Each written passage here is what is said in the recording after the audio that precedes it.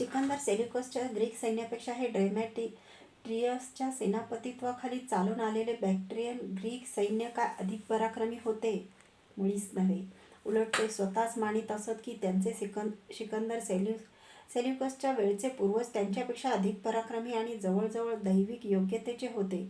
म्हणजे अशा हीनतर आणि दुर्बलतर यवनांनी त्या प्रांतातून भारतीयांना नुसते चालता जे यावेळी जिंकले ते सिकंदरच्या कालापेक्षा भारत शत्रू ग्रीकांचे बळ वाढले म्हणून नव्हे, तर तिकडच्या भारतीयांच्याच प्रतिकारशक्तीचा आणि वीरवृत्तीचा भयंकर ऱ्हास झाला असला पाहिजे म्हणूनच होय. अर्थात सिकंदरच्या इसवी सन पूर्व 327व्या वर्षाच्या स्वारीपासून डेमेट्रियसच्या ह्या साधारणतः इसवी सन पूर्व 200व्या वर्षाच्या स्वारीच्या मध्यंतरी भारतीयांच्या परशत्रू प्रतिकारशक्तीचा आणि वीरवृत्तीचा ऱ्हास करण्यासाठी मुख्यतः एकच एक घटना जी घडली ती अशोकाने बौद्ध धर्म स्वीकारल्यानंतर आपल्या राजदंडाच्या बळाने जो अप्रतिकारी अहिंसक शस्त्रबळ निंदक बुद्धमतांचा अतिरेकी प्रचार त्या प्रांतातून केला तीच असली पाहिजे, कारण दुसरी अशी महत्त्वाची नि अशा प्रकारची घटना घडलीच नाही. त्याविषयीची तुलनात्मक अशी 2-3 विधेये स्पष्टीकरणार्थ घेऊ. अलेक्झांडरच्या वेळची भारतीय मनोवृत्ती आणि डेमेट्रियसच्या वेळची भारतीय मनोवृत्ती. सिकंदरच्या वेळी कंबोज, गांधार, पंचनद ते सिंध प्रभृती प्रांतात बौद्ध धर्माचे नावसुद्धा जनतेस माहीत नव्हते. मागील परिच्छेद 15 पहा. ती भारतीय जनता वीरपूजक वैदिक धर्मावलंबी होती. क्षात्रवृत्तीचा अभिमान धरणारी यौधेयांसारखी गणराज्ये स्वतःस आयुधजीवी नेशन इन आर्म्स ही अभिधानी एखाद्या बिरुदावलीसारखी अभिमानाने लावून घेत.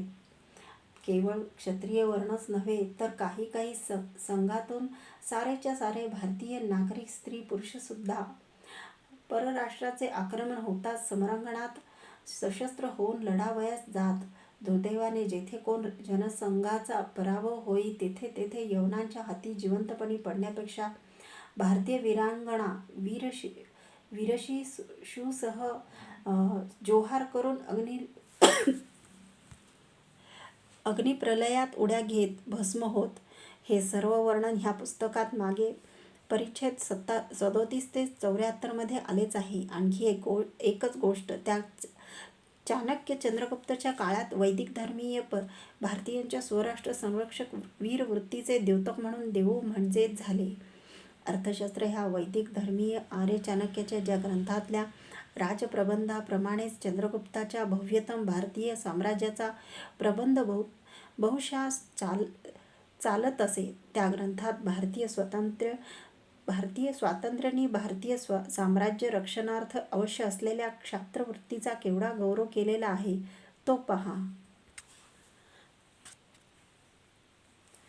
चाणक्याच्या प्रबंधाप्रमाणे सैन्यामध्ये ब्राह्मणांसुद्धा साऱ्या वर्णाच्या नागरिकांना प्रवेश मिळत असे. अमर्याद प्रवृत्तेश्च शत्रुभिः संगरे कृते सर्वे वर्णाश्च दृश्येयु शस्त्रवंतो युधिष्ठिर ही वैदिक धर्मीयांची परंपराच होती. जेव्हा हे असे साम्राज्यीय महासैन्य परशत्रूवर चाल करण्यासाठी रणांगणात उतरे, तेव्हा चाणक्य आज्ञापितो स्वतः सम्राटाने त्या चतुरंग दलभारास संबोधून असे भाषण करावे. वेदस्य पीयूषु श्रूयते समाप्त दक्षिणानाम यज्ञानं नाम वभ्रुस्थ स्नानेषु यासा गती शूरानामति क्षणेन तामप्यति शूरा प्राणान् सुयुद्धेषु परित्यजन्ति तुल्यभोगोऽस्मि भवन्ति सह भोग्यमिन् राज्यं परान् हन्तव्यं. भावार्थ की जी यज्ञाने सद्गती तीच सद्गती शूरांना रणात मिळते. न्याय युद्धात प्राणार्पण करणाऱ्या शूरांना तत्क्षणी स्वर्ग प्राप्त होतो. हे राज्य जसे मी तसेच तुम्हीही उपभोगणारे आहात. मग पाहता काय? शत्रूवर तुटून पडा, त्याचा वध करा. कोणी सांगावे? ह्याच ज्वलंत शब्दात सेल्युकसवर चढून जाणाऱ्या आपल्या अजिंक्य भारतीय दलभाराला स्वतः सम्राट चंद्रगुप्ताने हे उत्तेजिले असावे. आक्रमक, अन्याय, परित्राणाय साधूना विनाशाय च दुष्कृताम असे जे सशस्त्र युद्ध लढावे लागते, तशा युद्धास वैदिक धर्म हिंसक हे विशेषण लावितच नाही.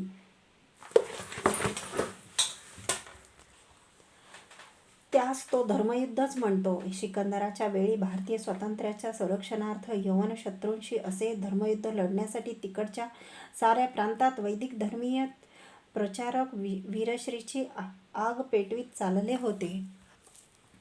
त्यापैकी कित्येक ब्राह्मणादी राष्ट्रीय प्रचारकांना धरून सिकंदर फाशीही देत चालला होता.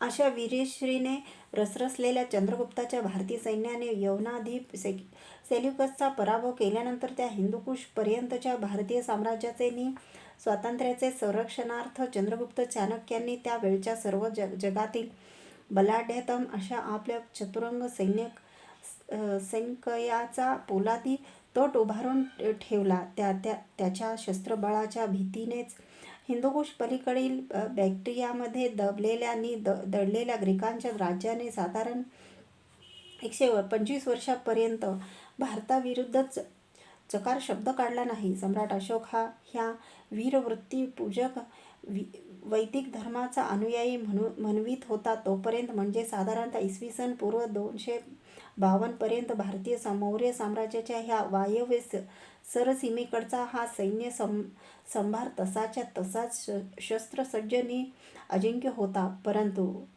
परंतु अशोकाने बौद्ध धर्म स्वीकारताच ही सारी सुरक्षितता अकस्मात कोसळली. स्वतः गौतम बुद्धाने त्याचे इवलेसे शाक्य राज्य सोडून जसे स्वतःच भिक्षुपण स्वीकारले, तसे अशोकाने बौद्ध धर्म स्वीकारताच आपले सम्राटपद जर सोडून दिले असते आणि भिक्षू होऊन तो बौद्ध धर्माचा प्रचार करीत हिंडला तर भारतीय राष्ट्रावर मोठेसे संकट कोसळले नसते. अशोकाच्या बौद्ध धर्म निष्ठेची ही खरी कसोटी लागली. पण मरे तोपर्यंत अशोकास भारतीय महाराजाचे सम्राटपद काही सोडवले नाही. उलट त्याने त्या साम्राज्यासच बौद्ध धर्माचा एक प्रचारक मठ बनवून टाकले. अर्थात ह्या वायव्येकडच्या पर्वतीय प्रांतात, सरसीमेकडच्या प्रांतात धर्मविजय हा शस्त्रविजयापेक्षा श्रेष्ठ आहे.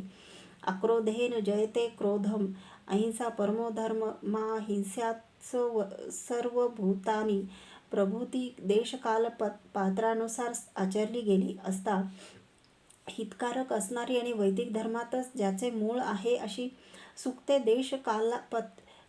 देशकाल पात्रांचा विवेक सोडून निरपवाद सत्य म्हणून बौद्ध धर्मात जशी प्रचारिली जात तशी प्रचारली जाऊ लागली. अशोकाच्या साम्राज्य कोशातून पोचलेले नि पाळलेले बौद्ध भिक्षूंचे तांडेच्या तांडे त्या प्रांतात शस्त्रबळ हे पाप आहे असा प्रचार करीत हिंडू लागले. जे बौद्ध धर्मीय असतील त्यांनाच साम्राज्यातील धर्ममात्र प्रांतीय अधिकारी रज्जुक नावाचे अशोकाचे विश्वासू राजकर्मचारी म्हणून उच्चपदी नेमले जाऊ लागले. ह्या सर्वांना अशोकाच्या आज्ञेप्रमाणे बौद्ध धर्म प्रचारास नि आचारास शक्य तेथे राज्यीय प्रोत्साहन द्यावे लागे.